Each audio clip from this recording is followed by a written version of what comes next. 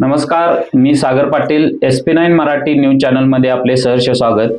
0 ते 100 या एपिसोड अंतर्गत विविध मान्यवरांच्या मुलाखती आपण घेत असतो. या मालिकेत आपण अशा मान्यवरांच्या जीवन प्रवासाचा मागोवा घेतो ज्यांनी शून्यातून सुरुवात करून आपल्या कष्ट, जिद्द आणि प्रतिभेच्या जोरावर यशाची 100री गाठली आहे. आज आपल्या स्टुडिओमध्ये उपस्थित आहेत कला क्षेत्रात आपली वेगळी ओळख निर्माण करणारे, प्रेक्षकांना मनमुराद हसवणारे फिनिक्स हास्य गौरव फेम श्री भरतकुमार पाटील. विविध टीव्ही शो, चित्रपट, वेब सिरीजमध्ये उल्लेखनीय कामगिरी आणि 1880 पेक्षा अधिक कार्यक्रमाचा अनुभव असणारे आणि अनेक मानाचे पुरस्कार मिळवलेली ही व्यक्ती आज आपल्या स्टुडिओमध्ये उपस्थित आहे. सर, प्रथम आपलं SP9 मराठी न्यूज चॅनलमध्ये सहर्ष स्वागत. नमस्कार सर. पहिल्यांदा मला आपणाला प्रश्न विचारायला आवडेल की आपल्या बालपणाबद्दल आणि कोथळी, तालुका शिरोळ आणि जिल्हा कोल्हापूर येथील जडणघडणीबद्दल काय सांगाल आपण? सुरुवातीला मी शाळेत असल्यापासून मिमिक्री सादर करायचो. बर. अगदी गॅदरिंग असू दे, शाळेमध्ये ऑफ तास असतील तर मुलांनी व शाळेतल्या विद्यार्थिनींनी भरत पाटील चांगला आवाज काढतोय असं तसं म्हणायचे. अरे वा. मग मी त्यावेळी निळू फुले, दादा कोंडके यांचं वारं जास्त होतं. त्यांची हवा, त्यांची क्रेज भरपूर होती. त्यावेळी त्यांचा मी आवाज सेम काढायचो. मग त्यावेळीपासून मला कळालं की माझ्यात काहीतरी गट्स आहेत. बरोबर. मग त्यावेळीपासून मग मी ऑब्झर्वेशन करायला चालू केलो. निरीक्षण क्षमता वाढायला चालू झाली की कोणाच्या घशात काय प्रॉब्लेम आहे, कोण कसा बोलतो, हे सगळं बघून मग मी आवाज त्यावेळी चालू केलो काढायला. अरे वा, छान. विनोदी कलाकार होण्याची प्रेरणा कशी आणि कुठून मिळाली तुम्हाला?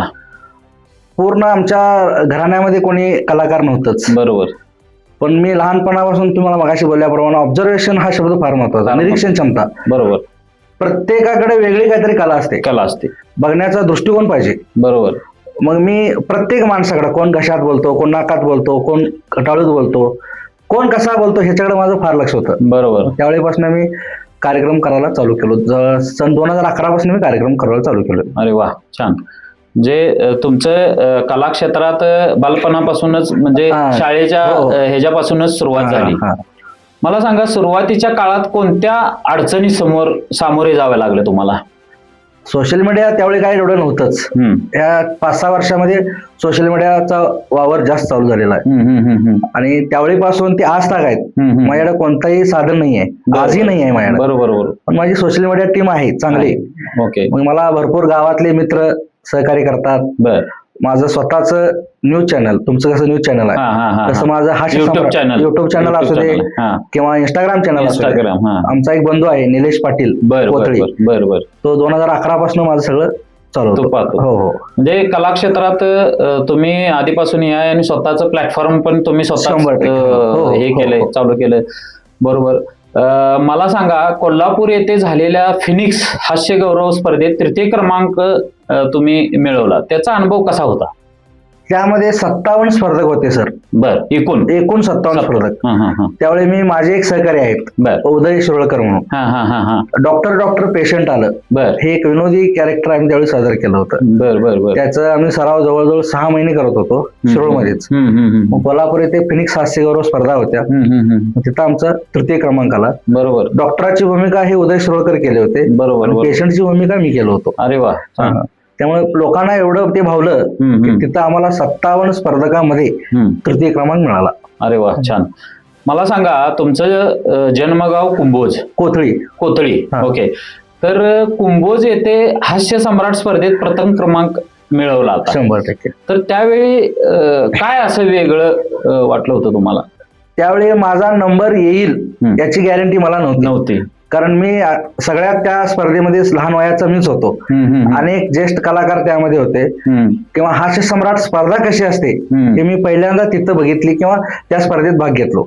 अरे वा. स्पर्धा कशी असते हे मला बघायचं होतं. आणि माझी स्वतःची फार इच्छा होती की माझा ह्या स्पर्धेत नंबर यावा. बरोबर. तिथं मी अनेक आवाज सादर केलो. आवाज असे सादर केलो की ते लोकांना आवडलं, प्रेक्षकांना आवडलं. अरे वा. बाकीच्या पेक्षा वेगळं काहीतरी मी तिथं सादर केलो. त्यामुळे मला तिथं प्रथम क्रमांक दिला. छान. कॉमेडी किंग स्पर्धेत टॉप 5 मध्ये पोहोचल्याचा टर्निंग पॉइंट कसा ठरला तुमच्या लाईफ मध्ये?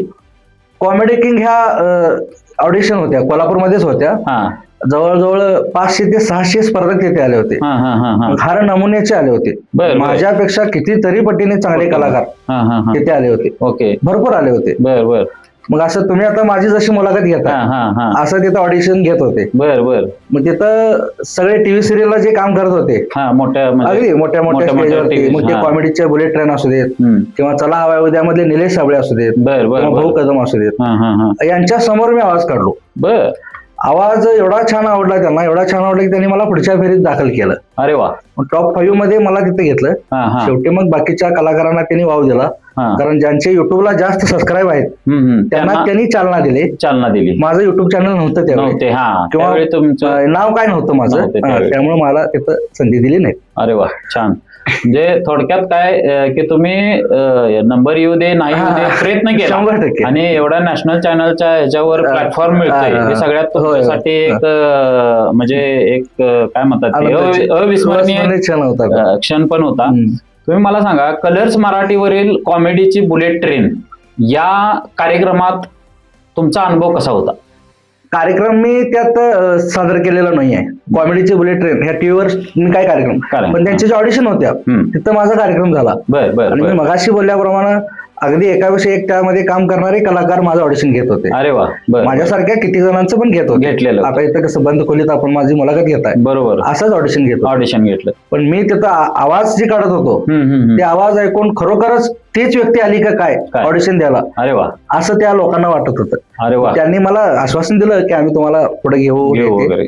नाही घेतले ते त्यांचा भाग आहे. तसा एखादा आवाज आमच्या प्रेक्षकांना पण ऐकायला आवडेल तसा कोणता तुम्हाला आज सादर करू शकताय? मी जवळजवळ 12 ते 13 जणांचा आवाज काढू शकतोय. बर.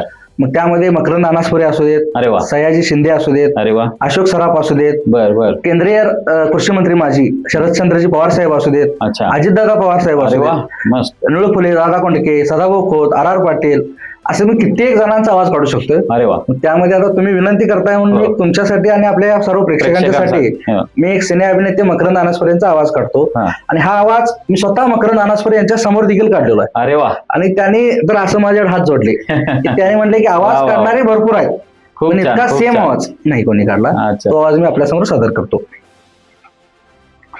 काय राम आता त्या रीड आणलास का काय? ए गंगे सदा कदा म्हणती चला घरात तुझं म्हणजे कच्च झालंय, कावळ्या छातात दिला कारभार आणि रंगून सोडला दरबार. ए रताळ्याव, तुम्हाला म्हणजे मी काही चिल्लर वाटितो का काय? तुमचं म्हणजे कच्च झालंय, बापाला राग आल्यावर पोरानं रोजायचं असतं का काय? अरे वा, मस्त मस्त, खूप छान. म्हणजे रिअल आम्हाला 2 मिनिटं खरोखर मकरंद सर आले का काय, खरोखर तुम्ही जे बोलला ते तुमच्या मुखातून ते सादर केलं, खूप छान. आणि एखादा कोणता असं म्हणजे पवारांचा किंवा कोणाचा तुम्ही हे करू शकता? आता या ठिकाणी आपले दिवंगत नेते जे आता परवाच आपल्यातून अजितदादा जगाचा निरोप घेतला, त्यांचं एक रील मी व्हायरल केलो होतो. बर बर बर. चांगला प्रतिसाद लोकांनी दिला. बर बर. त्यांचा एक आवाज काढण्याचा या ठिकाणी मी प्रयत्न करतो. जर अजितदादा जर इथं आले SP9 न्यूज चॅनलवर आणि त्यांनी जर शुभेच्छा द्यायचं म्हटलं तर कसं देत? आज या ठिकाणी आज SP न्यूज चॅनलच्या माध्यमातून आज माझ्यासारख्या या राज्याच्या उपमुख्यमंत्री पदावर काम करणाऱ्या माणसाला तुम्ही या ठिकाणी बोलवलं, माझा मान सन्मान केला, त्याबद्दल प्रथमतः मी तुमचं आभार व्यक्त करतो. 1 मिनिट मी बोलतोय ना, एकदा सगळ्यांना माहिती आहे, अख्ख्या महाराष्ट्राला माहित आहे की मी बोलत असताना मध्ये जर कोणी बोललं तर या ठिकाणी मी कुणाच्या बापाचं ऐकत नाही. सागर पाटील दादा, तुम्ही माझी छान या ठिकाणी मुलाखत घेतला, मला या ठिकाणी बोलवलं आणि SPN न्यूज चॅनलसाठी माझ्याकडून आणि माझ्या सरकारकडून तुम्हाला हार्दिक हार्दिक शुभेच्छा देतो आणि या ठिकाणी थांबतो. जय हिंद, जय महाराष्ट्र. खूप छान, खूप छान. जे आठवणी जाग्या केल्या अजितदादांच्या तुम्ही, तुमच्या मुखातून त्यांचा आवाज काढून, खरोखर अशी व्यक्ती होणे नाही, राजकीय क्षेत्रामध्ये त्यांचं एक खूप वेगळी छबी होती आणि रोखठोक नेता होता. अजूनही लोक एक्सेप्ट केलेलं नाहीत की ते आपल्या ह्याच्यात नाही आहेत, असं कोणीही एक्सेप्ट केलेलं नाही अजूनपर्यंत, कारण तो नेताही तसा महाराष्ट्राचा होता. अर्थसंकल्पना जी त्यांनी हे करते, त्यांनी खूप चांगल्या पद्धतीनं हे करत होते, सांभाळत होते आणि त्यांच्याकडे ते डिपार्टमेंट त्यांनी प्रामाणिक आणि चोख आणि चांगल्या पद्धतीने चालवलं होतं. आणि त्यांचा आवाज आज या मुलाखतीच्या माध्यमातून तुम्ही जे काढला आणि त्यांच्या आठवणी जागा केल्या त्याबद्दल तुमचे आभार. पुढचा प्रश्नाकडे आपण आता वळूया. झी मराठीवरील चला हवा येऊ द्या ऑडिशन पर्यंतचा प्रवास तुमचा कसा होता? सुरुवातीला तिथं तुम्ही मगाशी बोलल्याप्रमाणे मला माझा नंबर यावा, माझं सिलेक्शन व्हावं, मला टीव्ही मध्ये घ्यावं ह्याची कोणतीही अपेक्षा मी करत नव्हतो. फक्त स्पर्धेत भाग घेणं, ऑडिशन मध्ये भाग घेणं आणि माझी कला तुमच्यासारख्या मोठ्या लोकांच्या पर्यंत दाखवणं. आज मी आता मगाशी मकरंद अनासपर्यंत आवाज काढलो, अजितदादांचा आवाज काढलो, हे तुम्हाला मी दाखवलो, ह्याचा मला एक वेगळा आनंद आहे. बरोबर, हा फार मोठा आनंद आहे. आज कितीतरी सोशल मीडियाच्या माध्यमातून, या SP9च्या माध्यमातून तुम्ही आज लाखो लोकांच्या पर्यंत मला पोहोचवता. बरोबर, फार मोठं व्यासपीठ आहे. तर तिथेही देखील मी ही ऑडिशन देखील कोल्हापूरमध्ये होती, चला हवा येऊ द्याची. अगदी अंतिम फेरीत शेवटची माझी ऑडिशन ही निलेश साबळे सरांनी घेतली. बरोबर, आणि त्यांनी देखील हात जोडलं आणि मला म्हटलं तुझा दुसरा नंबर आलेला आहे. अरे वा. पहिला नंबर अभिजित रोकडे म्हणून आहेत, त्यांना घेतलं. अरे वा. त्यांचं देखील युट्यूबला भरपूर चॅनलला सबस्क्राईब आहेत. बरोबर. तर स्टार प्रवाहावरील एक टप्पा आउट ऑडिशन मध्ये अंतिम फेरीपर्यंत पोहोचताना काय शिकायला तुम्हाला मिळालं? तिथं जॉनी लिव्हरांचा तो कार्यक्रम होता, एक टप्पा आउट. आणि माझ्या माहितीप्रमाणे ती सोशल मीडियावर कुठं आली नाही आहे. बरोबर. पण ते देखील ऑडिशन कोल्हापूरमध्येच होतं. बरं. पण तिथं देखील हिंदी आणि मराठी आर्टिस्ट भरपूर होते, जवळजवळ 350 ते 400 होते. अच्छा. मग नंबर येईल नाही येईल, माझा सहभाग घेतील, हा सहभाग फार महत्वाचा आहे. तिथं मी काढलो, पण मला त्यांच्याकडून मला जे रिस्पेक्ट किंवा मान सन्मान किंवा मला जे पाहिजे होतं ते काही मला तिथे मिळालं नाही. पण एक पहिली फेरी मी पार केलो तिथं. बरोबर. एक टप्पा आउट मधली कॉमेडीची एक टप्पा आउट होतं. छान. लाव रे तो व्हिडिओ या कार्यक्रमात सादरीकरणाचा अनुभव तुमचा कसा होता? लावरे तो व्हिडिओ हा कोरोनाच्या काळामधला कार्यक्रम आहे, निलेश साबळे सरांचाच. तो कार्यक्रम कोरोनाच्या काळामध्ये ऑनलाईन त्यांना व्हिडिओ पाठवायचा होता. बरं. आणि ऑनलाईन व्हिडिओ ते टीव्हीवरती दाखवणार होते. बरोबर. मग मी गावात एका बागेमध्ये तो व्हिडिओ केला. मग तुमच्या समोर मी आता जसा आवाज काढलो, मकरंद अनासपुरेचा, सयाज शिंदेचा, हा आवाज मी तिथं काढलो. अशोक सराफांचा त्यावेळी सेम आवाज मी काढलो होतो. बरोबर. त्या लावरे तो व्हिडिओ मध्ये, ऑनलाईन मध्ये. आणि तो व्हिडिओ माझ्या गावातल्या एका मित्रानं थोडं त्यांना संपर्क साधला, व्हॉट्सअपच्या माध्यमातून पाठवला आणि तो माझा व्हिडिओ टीव्हीवरती दाखवला. लावरे तो व्हिडिओ स्वतः निलेश साबळे. आणि मी एक पैलवान असल्यामुळं ते म्हणले तुम्ही पैलवान आहात, आम्ही सुरळा वगैरे आलो की आम्हाला मारहाण वगैरे करशील, असं विनोदाच्या क्षेत्रात ते बोलले निलेश साबळे सरांनी. बरोबर. म्हणजे पैलवानकीची पण तुम्हाला आवड आहे, म्हणजे बालपणापासून तुम्ही पैलवान. तुमचं कोण पाठीमागत असं कोण वडील वगैरे? नाही, घराण्यामध्ये कोणी पैलवान वगैरे नव्हते. व्यायामाची आवड होती, व्यायाम करत करत बाहेर कुस्त्या करायला चालू केलो. बरोबर. पुढचा प्रश्न तुम्हाला एक असा असेल, जीव झाला वेडा पिसा आणि राजा राणीची ग जोडी या मालिकेमधील भूमिका कशा मिळाल्या तुम्हाला? ह्या दोन्ही चॅनलवरती, ह्या दोन्ही सिरियल मध्ये साईड रोल म्हणून मला हे मिळाला, रोल मिळाला. त्यामध्ये राजा राणीची ग जोडी जो मगाशी तुम्ही बोलला, त्यामध्ये मी पोलीस हवालदाराची भूमिका केलो, पण साईड रोल. थोडं काय म्हणजे फॉर्मला किंवा फोकसला नव्हतं. आणि राजा राणीची जोडी आहे ते बोलला, ते पण ग्रामस्थ ह्याच्यामध्ये होतो. अच्छा. हा, ते आमच्या तिथं आमच्या गावापासून एक 5-6 किलोमीटर वरती गाव आहे, जैनापूर छपरी. राजेंद्र पाटील अटरावकरांचा वाडा. तिथं ते शूट होतं. तिथल्या तिथं मला त्यांनी बोलवलं आणि साईड कलाकार म्हणून त्यांनी रोल दिला. अरे वा, खूप छान. टकाटक 2 या मराठी चित्रपटातील छोट्या भूमिकेचा अनुभव तुमचा कसा होता? टकाटक 2 हा प्रथमेश परब, जो दगड्या म्हणून प्रसिद्ध आहे, त्यांचा तो पिक्चर आहे. बरोबर. त्याचं पूर्ण सगळं शूट गोव्यामध्ये झालं होतं. बरं. मग मला एका तुमच्यासारख्या चांगल्या व्यक्तीनेच मला त्या चित्रपटासाठी इन्व्हिटेशन दिलं. मग मी इथून गोव्याला गेलो माझ्या एका मित्राबरोबर, आणि तिथं माझं 2 दिवसाचं शूटिंग होतं.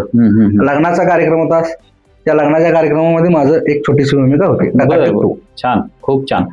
अस्सल राजकारण 19-20-21 या शॉर्ट फिल्म मधील कामाबद्दल तुम्ही काय सांगाल? अस्सल राजकारण 19-20-21 ही शॉर्ट फिल्म राजेंद्र कुचकर नावाच्या व्यक्तीनं, नांदणीच्या, ही शॉर्ट फिल्म स्वतः लिहिलेली आहे. त्यांनी स्वतः एका शेतकऱ्याची भूमिका केलेली आहे. आणि आमचे एक सहकारी आहेत, मार्गदर्शक आहेत, अण्णासाहेब शिंदे म्हणून, त्यांनी त्या पुढाऱ्याची भूमिका केली होती. अरे वा. मग 19ला महापूर आला, 20ला कोरोना आला, हे सगळं महाराष्ट्रामध्ये काहीतरी वेगळंच घडत होतं. बर बर. मग थोडस चर्चात्मक बोलायचं म्हणजे 2 नंबर. मग याच शेतीमालाला भाव नव्हता, अशातनं तो चित्रपट लिहिलेला होता. त्यात माझी भूमिका फार चांगली होती. एका शेतकऱ्याच्या मुलाची भूमिका. मग शेतकरी आत्महत्या का करतोय हे त्यांना दाखवायचं होतं. पुढारी लोक जे आहेत, राजकारणी लोक जे आहेत, यामध्ये कितपत लोक शेतकऱ्यांना मदत करतात, काय करतात, काय करत नाहीत, याच्याबद्दल तो पिक्चर आहे. शॉर्ट फिल्म आहे ती. अस्सल राजकारण 19-20-21. खूप छान, खूप छान. उडाल ह्या मराठी चित्रपटात तुम्हाला डबिंगचा म्हणजे आर्टिस्ट म्हणून तुम्ही काम केलं, तो कसा अनुभव होता तुम्हाला? म्हणजे कसा आहे, रिअल मध्ये एक कलाकार आणि डबिंग कलाकार यातला काहीतरी फरक असतो, तर ते तुम्हाला कसा अनुभवायला मिळाला? उडाळ हा मराठी चित्रपटच आहे, पण तो शक्यतो माझ्या माहितीप्रमाणे अजून टॉकीला आलेला नाहीये. बर बर बर. पण त्यामध्ये एका प्रेमावर पिक्चर आहे तो. मग डबिंग म्हणजे काय असतं हे देखील मला माहिती नव्हतं, हे नव्हतं त्यावेळी. पण एका तिथल्या कलाकाराचं तुमच्यासारखं आता कसं इथं लावलेलं असतं असं मला नेलं, मला स्क्रिप्ट दिली. त्या स्क्रिप्ट प्रमाणे 2 ओळी 4 ओळी 2 ओळी 4 ओळी म्हणायला लावलं आणि त्या कलाकाराला माझा आवाज जोडला. खूप छान. म्हणजे टीव्ही सिरियल मध्ये पण तुम्ही कलाकार म्हणून काम करत होता, डबिंग कलाकार म्हणून पण काम करत होता. मला सांगा, आमच्या काशीत आणि धाकड आबा वेब सिरीज मध्ये काम आपण केलं, तो अनुभव तुमचा कसा होता? तो दारुडा आबा म्हणून आहे, वेब सिरीजच आहे ती. बर बर. म्हणजे मी दारुडा दाखवलोय त्यामध्ये. बरोबर बरोबर. एक दारुडा कोणता रोल करू शकतोय हे बघण्यासाठी मी 4 दिवस दारुड्याच्या मागे फिरत होतो. मी म्हणजे रिअल काय, पण मी घेत नव्हतो. बरोबर. पण त्याचं उठणं, त्याचं बसणं, त्याचं बोलणं, एक दारुडा त्याला सर तुम्हाला बोलायचं म्हणजे दारू पिणाऱ्या माणसाला दारू ही संध्याकाळी मिळते. त्याला काहीही करायला हे मी त्या 4 दिवसाच्या अनुभवातनं बघितलो. मग तो पत्नीला मारहाण कसं करतो, घरामध्ये काय काय करतो, हे सगळं मी बघत होतो. बरोबर. ते देखील मला खवळले. दारुडा ते दारू पिल्यावर ते सुद्धा नव्हतं. बरोबर बरोबर आहे. पण मी देखील कपडे फाटून दारुड्याचा आवाज काढून सेम 4 दिवस केल्यामुळे तेवढं झालं. खूप छान, खूप छान. म्हणजे तो एक वेगळाच अनुभव हे करायला मिळाला.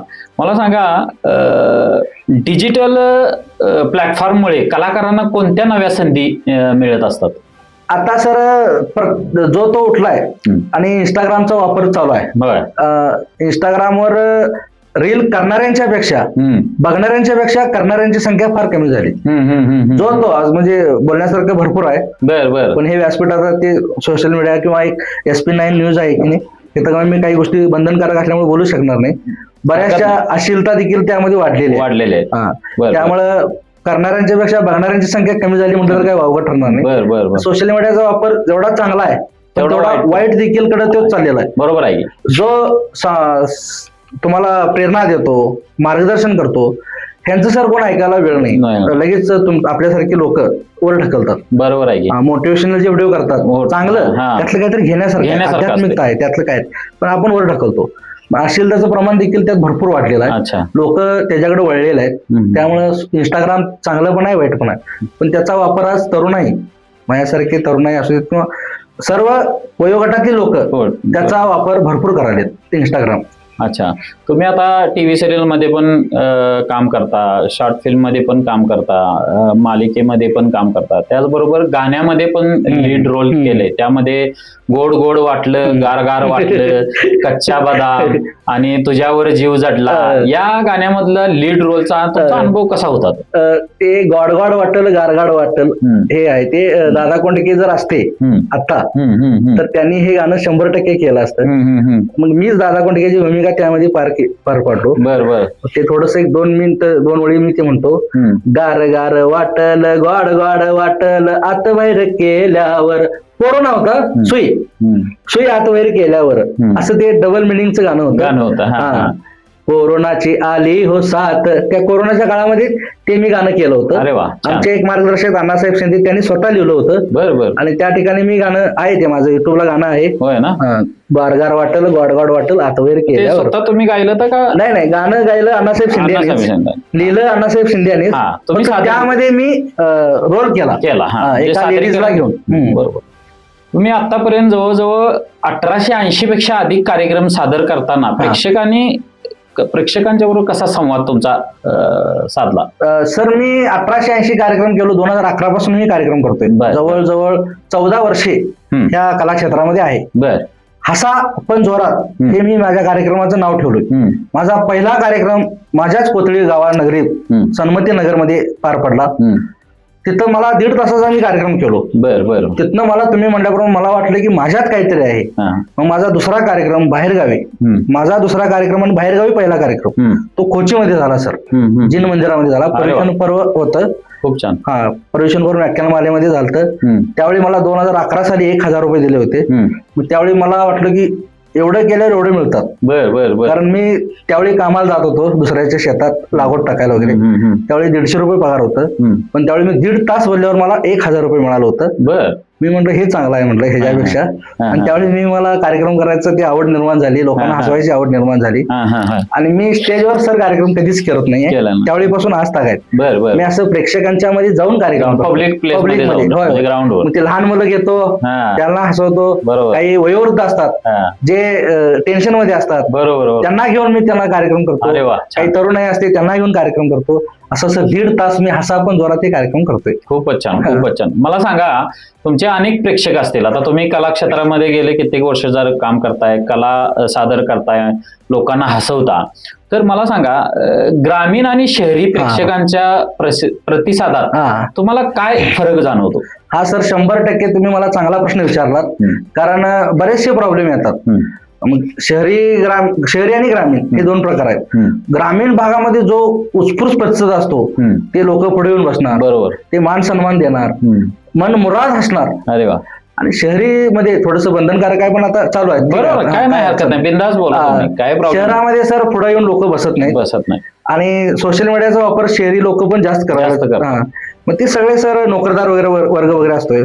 मग ते एखाद्या अपार्टमेंट मध्ये, एखाद्या बिल्डिंग मध्ये कुठं खिडकीतनं बघ, कुठं गॅलरीतनं बघ, कुठं दात घासत बघ, कुठं टावेल लावूनच बघ. पुढे येऊन बसणार नाहीत. आणि सर खेडेगावामध्ये जो प्रतिसाद येतो तो शहरी विभागाला येत नाही. कारण ती लोक हसत नाहीत. कारण हसले तरी पण तेवढंच म्हणजे बाहेर पडायला पाहिजे, ते पडत मनापासून.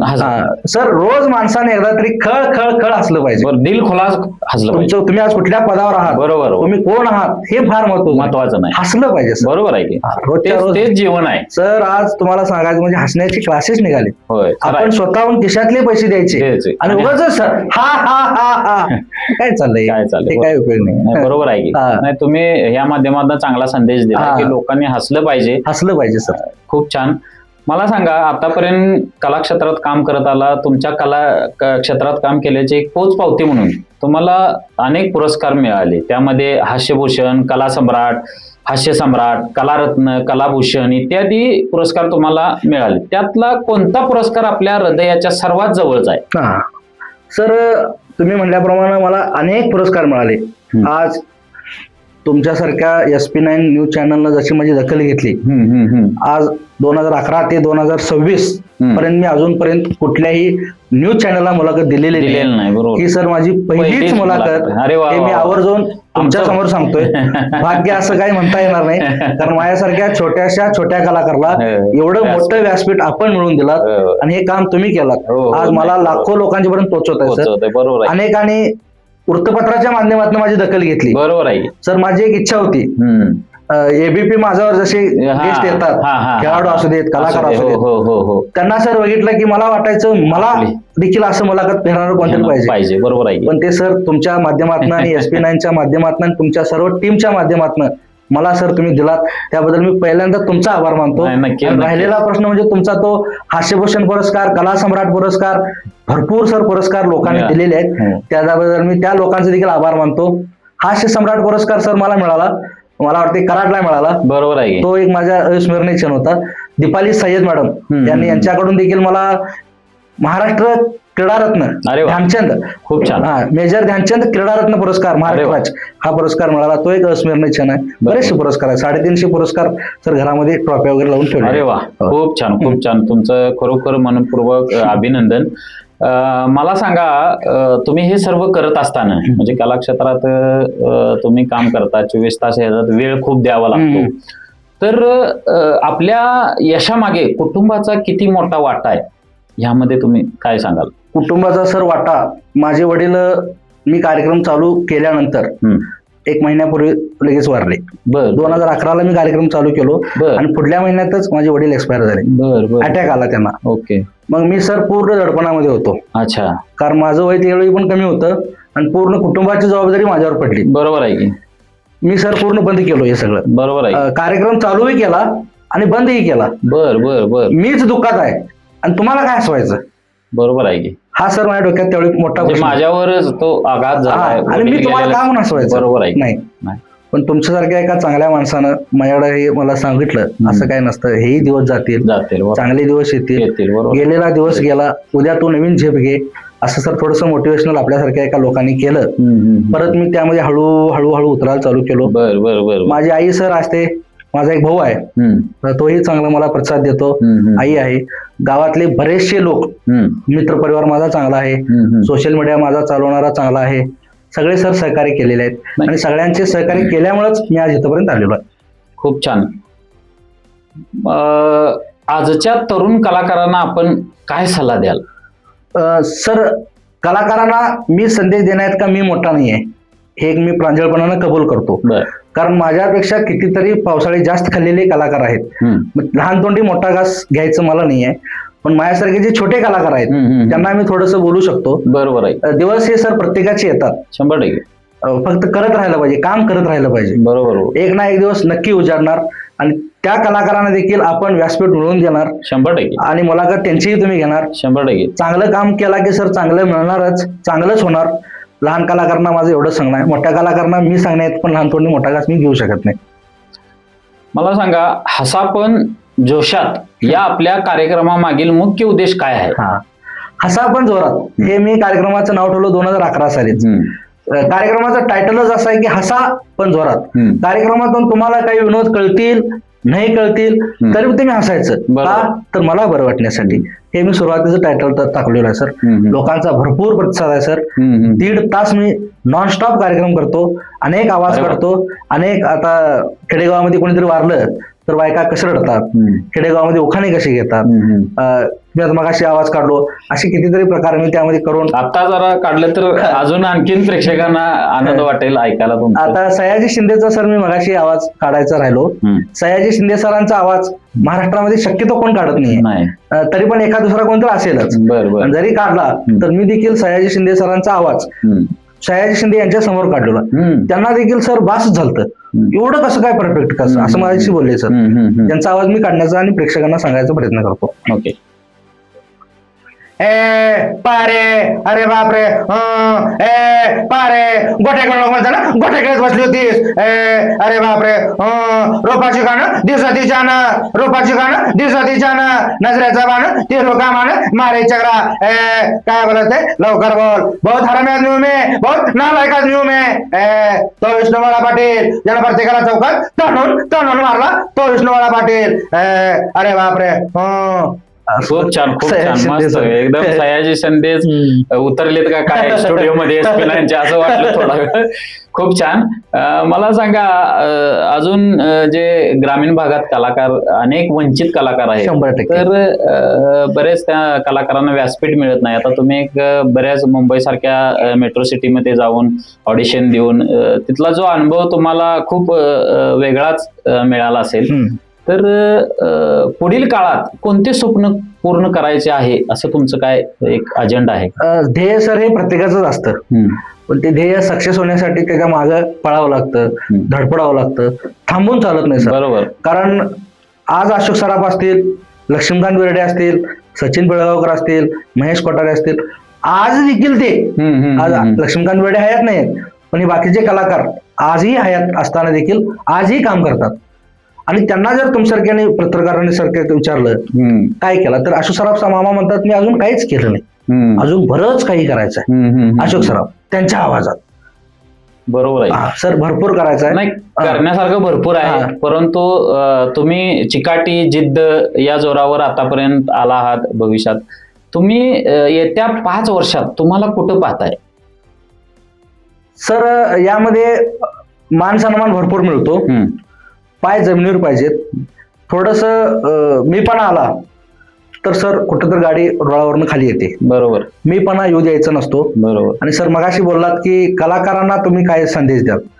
सर व्यसनाधीनता एवढी वाढलेली आहे, आज जिकडे तिकडे व्यसनाधीनता आहे. बरोबर. आणि कलाकार आणि व्यसन हे सर समीकरण आहे, हे मी प्रांजळपणाने तुम्हाला सांगतो. बरोबर. कारण सर रात्री जागरण असतं. बरोबर आहे. दिवसा झोप नसतं. बरोबर आहे. बाकीचं घरगुती टेन्शन सर कलाकारला भरपूर असतं. बरोबर. आज मी देखील घरामध्ये सांगतो एक करतो एक. बरोबर. कारण ते करावं लागतं सर. मी आज तुमच्यासारख्या ठिकाणी आलो असं घरात सांगून आलो असेल. बरोबर. तर तिथं काहीतरी बाबा वैरणला जा, काहीतरी कामाचं बघ, असं सर म्हणण्याची क्षमता घरामध्ये असते. 100%. हा, सगळीकडेच असते. त्यामुळे कलाकार सर एवढं फार अवघड आहे. प्रत्येक कलाकार हा सुखी आणि समृद्धी असतो असं काही नाहीये सर. बरोबर. तर खरंच शून्यातून सुरुवात करून 100 गाठणं सोपं नसतं. त्यासाठी लागते जिद्द, चिकाटी आणि स्वतःच्या वरचा जो विश्वास आहे. आणि हे सर्व गुण आजच्या आपल्या पाहुण्यामध्ये आपल्याला स्पष्टपणे दिसले. श्री भरतकुमार पाटील, आपल्या प्रेरणादायी आणि मनमोकळ्या संवादासाठी मनपूर्वक धन्यवाद सर. आपल्या पुढील वाटचालीस SP9 मराठी न्यूज चॅनलच्या वतीनं खूप खूप शुभेच्छा. मित्रांनो, असा हा 0 ते 100 हा प्रवास आपल्याला नक्कीच प्रेरणादायी ठरणार आहे. पुन्हा भेटूया अशाच एका यशस्वी व्यक्तिमत्वासोबत. तोपर्यंत पाहत राहा SP9 Marathi, your time your news. धन्यवाद. धन्यवाद सर. तुम्ही मला इथं बोलवलात. आपली सर्व सोशल मीडिया टीम असेल, आपले सर्व सहकारी असतील, त्या सर्वांचं मी मनापासून आभार व्यक्त करतो. कारण माझ्यासारख्या छोट्या कलाकाराला एवढं मोठं आपण व्यासपीठ बनवून दिलात. माझी इच्छा तुम्ही पूर्ण केलात हे मी प्रांजळपणाने कबूल करतो. धन्यवाद सर. आभार आहे. धन्यवाद.